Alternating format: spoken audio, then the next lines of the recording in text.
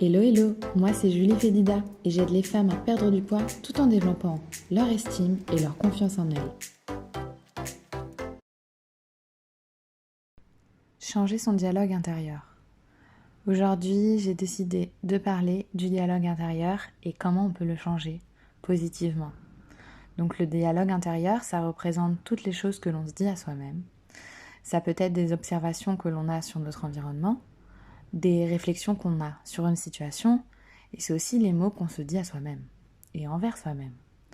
Donc on n'en a pas forcément conscience, mais la manière dont nous nous parlons influence énormément la façon que nous avons de nous voir, et ça représente aussi la façon que nous avons de nous juger nous-mêmes. C'est pourquoi prendre conscience de notre dialogue intérieur est important. Si on souhaite se respecter et commencer à changer son rapport à soi, qui est parfois conflictuel, pour le changer en rapport de bienveillance et de paix. En général, nous ne prenons même pas conscience des choses que nous nous disons à nous-mêmes et notre dialogue vient alors complètement de notre inconscient. Ça peut être un dialogue positif ou au contraire négatif. Nous aurons plus tendance à avoir un dialogue envers nous-mêmes négatif parce que notre cerveau, il enregistre en priorité les choses négatives avant les choses positives. C'est pourquoi parfois, il suffit seulement d'une réflexion dans notre enfance, comme par exemple sur notre poids, pour penser que nous sommes destinés à être grosses et qu'on le sera toujours. Vous avez pris cette réflexion négative venant d'autrui et vous l'avez intégrée comme quelque chose qui vous définit en tant que personne. Donc automatiquement, sans le savoir, même en grandissant, vous agirez dans votre vie, toutes vos actions dans votre vie vont agir et correspondre à cette croyance. Donc, un dialogue intérieur négatif, ça peut se dérouler comme ça. On peut se dire, je suis moche, je suis nulle, oh là là, mais qu'est-ce que je suis grosse, mais je suis énorme, je vaux rien, je suis un échec, franchement, j'y arriverai jamais. Et à la place, un discours positif, ça se déroule plutôt comme ça. Donc, la prochaine fois, je ferai mieux. Grâce à cette erreur, je vais pouvoir grandir, je vais pouvoir apprendre et je vais encore plus souvent m'améliorer parce que je sais que ça ne me correspond pas. Donc votre dialogue intérieur, il impacte énormément sur l'image que vous avez de vous-même. Et le fait de se descendre au quotidien, d'être méchante envers soi-même et de se descendre par rapport à son physique, peut vous pousser petit à petit à avoir une vision complètement déformée de votre corps. Donc n'oubliez pas que notre vision de nous-mêmes est complètement subjective. Et c'est pourquoi on peut parfois voir des femmes qui se trouvent très grosses alors qu'elles sont tout à fait normales et qu'elles sont même un peu trop minces. C'est ça la dysmorphie et ça peut aussi mener à des troubles alimentaires ou être la conséquence d'un trouble alimentaire. Donc apprendre à se parler positivement, ça permettra vraiment de réduire votre stress, ça augmentera votre confiance en vous et ça aidera à construire de meilleures relations avec les autres. Parce que vous vous doutez bien que si vous commencez maintenant à vous aimer, si vous commencez à vous parler à vous-même avec gentillesse et bienveillance, à vous donner de l'amour aux autres ensuite, ça va devenir beaucoup plus facile et vous améliorerez votre communication avec les autres, puisque vous communiquez mieux avec vous-même.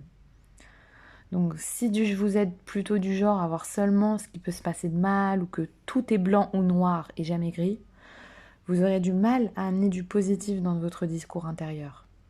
Donc la première étape pour vous sera d'identifier vos propos internes et les fois où par mécanisme, face à une situation qui peut vous générer des émotions pas très agréables, vous vous demandez, qu'est-ce que ça me fait dire ? Qu'est-ce que ça me fait ressentir ? Qu'est-ce que ça me fait dire sur moi ? Qu'est-ce que ça me fait dire sur la vie ? Qu'est-ce que ça me fait dire sur les autres ?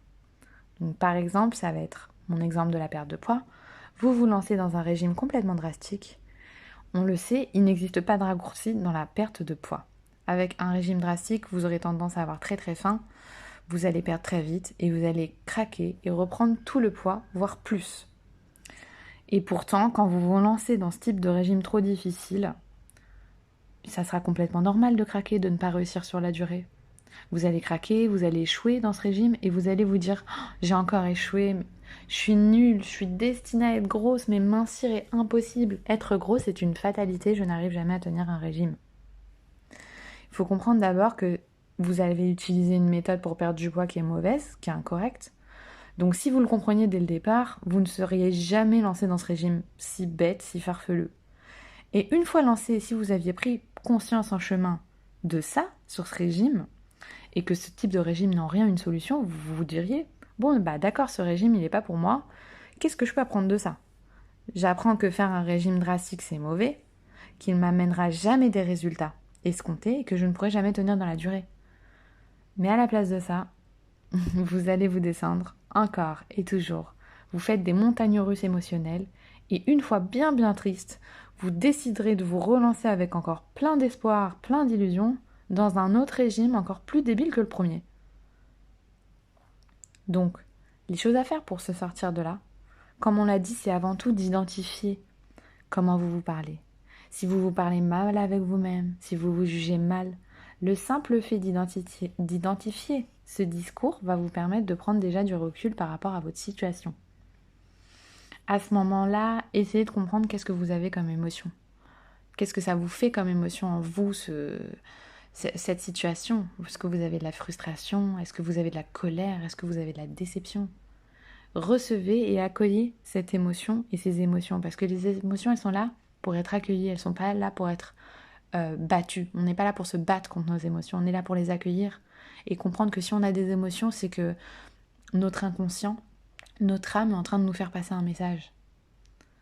Une fois que vous avez accueilli ces émotions-là et que vous prenez du recul sur la situation, vous allez petit à petit essayer de changer ce discours.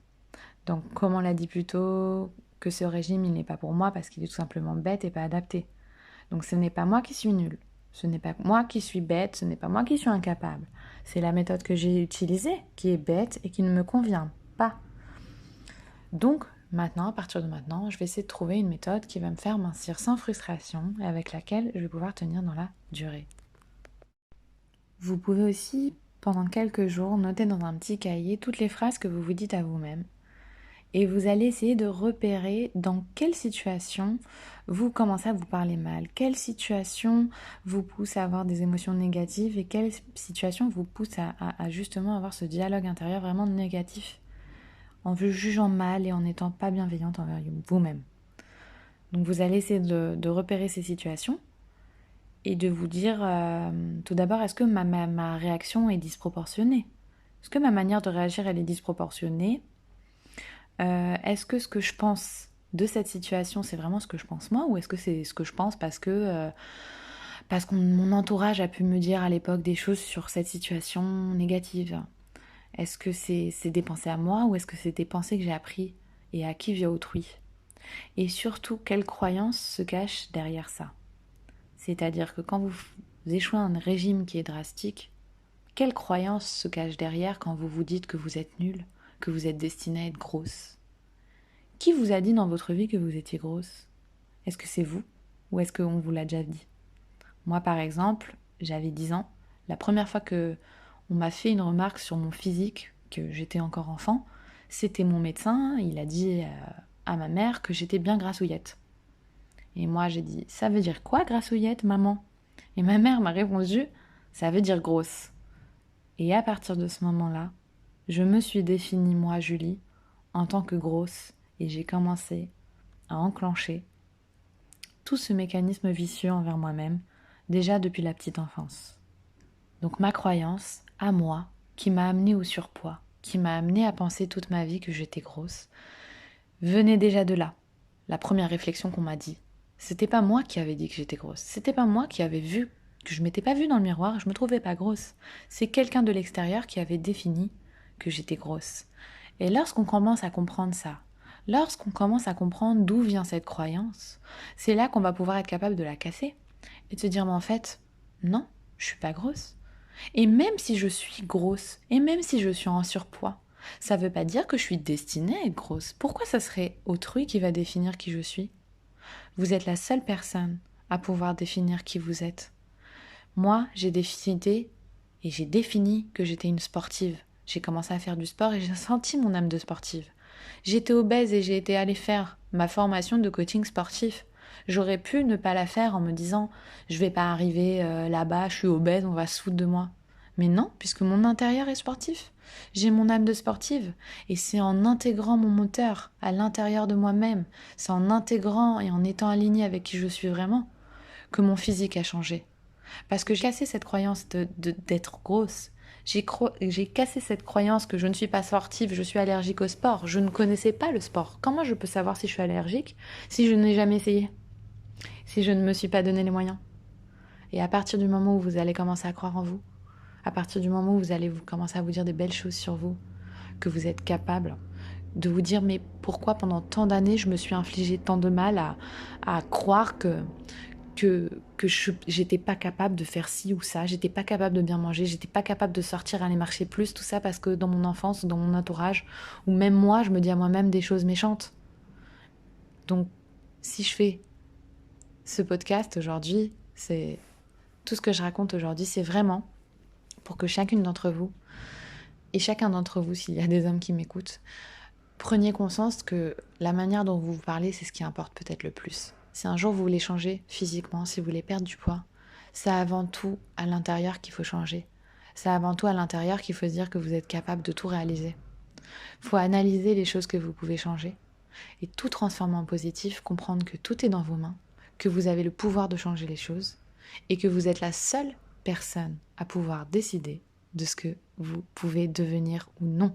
Vous êtes la seule personne à pouvoir fournir les efforts pour devenir la personne que vous voulez. Personne ne va travailler à votre place. Personne ne va vous pousser à réaliser vos rêves. Vous êtes la seule personne à pouvoir vous lever le matin et à décider en prenant le choix que vous allez changer les choses. Voilà, c'était pour moi mon premier podcast. J'espère que cela vous a plu. N'hésitez pas à le partager, n'hésitez pas à commenter, n'hésitez pas à me taguer sur Instagram en story si vous avez écouté ce podcast pour m'aider, pour me faire votre retour. Et je vous embrasse tous très fort.